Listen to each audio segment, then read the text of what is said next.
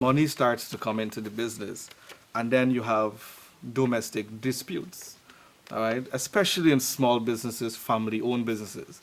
Those domestic disputes can arise as a result of substance abuse, arise as a result of infidelity, partners not trusting each other, having extramarital affairs, and so forth. Now, we have found that that has been a significant problem.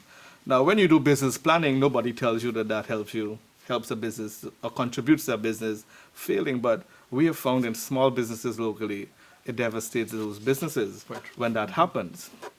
Then there is the other social issue of domestic dispute in the context of violence, all right?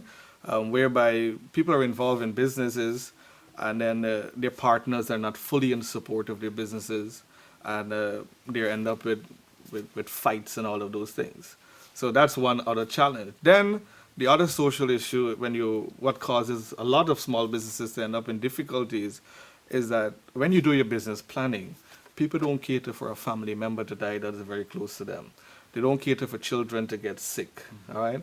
And in a small business, it's very difficult to separate your business cash flow from your personal cash flow. So sometimes those tragedies contributes to your business having great difficulties. Good. So those are some social issues that affect businesses. And I choose to raise those points because you read a lot of business books, but people don't tell you that businesses fail for those reasons. All right. So it's a thing that we have recognized or it's a problem that we've recognized at IPED and the Youth Business Trust that causes our clients to close their business. All right. Sickness and domestic disputes. Quite true. All right. Then there are the other hard facts of what caused the business to fail. We don't cater for people to start businesses to compete with us. Our products become obsolete. Sorry, we are not able to continuously meet the demand of the market. We are not innovative enough to stay on top of the market. We are also not able to structure our business so that it caters for the difficulties that arise. Now, one of the difficulties that cause businesses to fail is that, take for example, I just use one example. You're a technician, you are a mechanic, for example. So you want to grow your business, so you employ a lot of people so that, people come on board, you have more vehicles to take care of and so forth. But what you didn't cater for are the challenges that comes with having employees. And being a technician, being a professional now, a lot of your time now is taken away in terms of management. And what you're good at repairing car. You might not be good at managing and managing employees and so forth. So your customers are no longer happy, nor are your employees happy. Quite true. So that's one difficulty there. Quite true. All right? You're watching Grow at IPED, and here I'm having a discussion with Mr. Ramesh Prasad, IPED CEO and Executive Director of the Guyana Youth Business Trust. And we're talking about starting and growing businesses. But Mr. Prasad, even though listening to what you've said and considering all the factors why businesses fail, does that deter people from starting a business? No, Should someone be deterred? I don't think so. I mean, it is usual for people to start businesses, and businesses are going to fail. Not everybody is cut out to run a business. Not every idea that you have will be an idea that we can jump on. But the important thing is that what we recognize is that it's important for people to try. Because sometimes you don't try, you just dream of it, all right? And you have all of these daydreams of what could possibly happen. But what we want to encourage people to do is to try, okay? And give it your best shot, all right? For centuries, businesses have been failing. But then there are also businesses that are surviving and doing well and growing. So I don't think the factors that contribute to a business failing should be a deterrent for somebody trying a business. Okay? Quite true. If you plan properly, you conceptualize properly, you implement properly, there is a room there that you can make an impact. Right, and as you grow, you will learn. As you fail, you learn from that, and you keep growing and developing your skills. Exactly. If you're not in it, you would not know the difficulties. And sometimes you have the ability to solve those difficulties. Or you might be in an environment that can be that you can receive support Right, to solve quite true. those challenges. So we're encouraging people to start. All right, get into it, try it. Quite true. You know, what about business opportunities in Guyana? You know what, IPED has been blazing the trail of entrepreneurship development for the past 27 years. And as a CEO, you know, you have a lot of experience maybe working at IPED and outside of IPED. What are some, you know, what you may say, business opportunities that present themselves that are, you would be what we may say viable? Well, in expressing or to state the business opportunities, I need to be very careful because sometimes when you tell people about the opportunities, the first question they ask you is, how come you don't do it? True. All right? I'm not sure how to respond to such a request, but there are opportunities. All right? The market needs to be continuously scanned. And as I said, a business is all about solving problems. All right? We know the world population is growing. It's 7 billion and more. At least that population need food. Quite true. Good. And as long as we have human beings, they will need food. Guyana is uniquely positioned that we could have food production. We are somewhat secure when it comes to our own food production, but providing food for exports at a quality that can meet the standards of overseas market, there is a tremendous opportunity there. We have been doing well, but there are lots of room for improvement in the area of food production and exporting of food, you know, and so forth. Now, there are also the opportunities that come with the internet. Now, the barriers of many markets have been broken down because of the access to internet. We don't have access to internet in every home in Guyana as yet, but it's getting there, all right? The use of it is much more frequent. And there are things that you can do on the internet with technologies that are available to meet markets overseas. Take, for example, the production of advertisements, talk shows. Right. Quite true. The traditional challenge of starting television stations and radio stations, lots of those barriers no longer exist via the internet. Then using the internet, you could also do business process outsourcing. Labor in Guyana is fairly cheap. All right. Maybe it should be higher. Everybody will be happy with that. But when compared to other countries, the cost of living here is quite low. And then, you know, so we can compete when it comes to providing services overseas. All right. And that can be provided through access to the internet. All right. And there are much more other creative ways to think about it.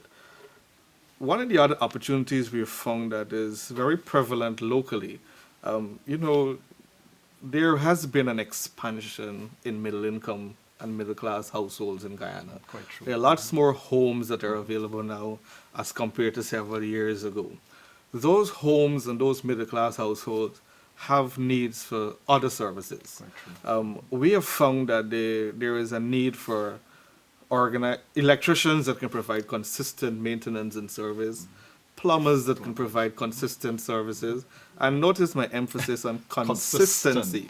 All right, Standard. you know, people there could be one number that we can call that we can get a plumber or an electrician or a carpenter. Those services, refrigeration repairs. More and more people are buying things like washing machines and other electrical items. So those things to repair and service, there is a need and a demand for that. However, there needs to be the focus of providing those services more professionally than it is currently done. Quite true. I think Good. the demand is great. So the demand for that why is we growing, we accept and the it standard is we're great. So getting. those vocational areas, there are some opportunities there for that. Sports, there are also opportunities in sports. Professionalizing sports, making sports as a business in Guyana, there's an opportunity. Quite true. People think about starting companies, but people don't think about starting clubs that are professional, that they can become popular, start a league, start a club, hire professional athletes, get endorsements. I mean, Guyana is a very small market, but I'm convinced that if things are done professionally, much more sports games are broadcasted on television, the advertising market is there, the gates are going to be there, people are going to turn up. Quite true. So there are opportunities in those areas there to expand on that. That's just to A few. name a few. All right. true. So individuals need to think those things through and build upon it. Quite true. And on top of that, we at IPED, we have a long list of business activities that we fund. And sometimes that list is so long on my program, it's hard for me to mention them. We say that at IPED we fund any legitimate income generating activity. And mind you, as I said, that list is very, very long. You're watching Grow at IPED, and here we're talking about starting and growing businesses. And as I mentioned in my opening statements, from the 18th of November to the 24th of November, it's Global Entrepreneurship Week. And the Guyana Youth Business Trust, which is a unit of IPED, is the official host of Global Entrepreneurship Week in Guyana. Mr. Prasad, something about Global Entrepreneurship Week.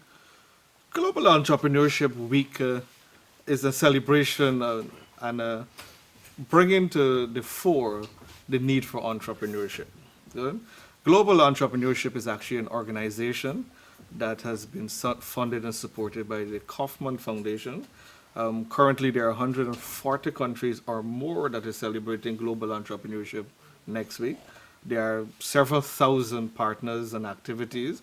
It is estimated that the participants in next week's activity worldwide will average about 7.5 million participants. Wow. And the concept here is to make entrepreneurship exciting, let people see entrepreneurship as a way of innovation and bringing themselves out of poverty, developing their countries, developing their organizations. And we're trying to let entrepreneurship be seen not only as a perspective of starting businesses, but if you're working, if you approach your job, as the owner or the business person will approach it, you see greater success, greater innovation, greater development. Quite true. We only have maybe 3 minutes remaining in the program. Any closing words from you before I do my wrap-up of this week's program of Grow with IPED? Well, I'd like to thank you for having me here. I must thank you for being here. And, sometimes it sounds very easy when we sit and we say these things, right? But the realities of businesses is that it's harsh, all right? However, you have to be prepared for the road ahead. And only the fittest will survive, according to Charles Darwin, all right? True. And one of the prominent CEOs of the 1990s, Jack Welch from GE, had recognized that he said that a business is all about winning, and you've constantly got to think about winning because you're in an environment of competition, so you have to adopt a winning strategy. Thank you very much. And it's on that note, I want to thank you, viewers, for tuning into our program this week. We do hope that you've found our discussion very enterprising, very stimulating. It's always about winning. It's Global Entrepreneurship Week, and we've talked about starting and getting your own businesses and getting them started, all the aspects of the businesses. But remember, starting and running your own business, there's so much we can talk about. So much that maybe one program will not be enough. We have to rehash this maybe some time in the future. I want to thank you very much. I want to thank the NCN technicians for doing an excellent job. I want to wish you all the best. Do have a very, very productive week ahead. And I want to leave you with get going, keep growing with IPED.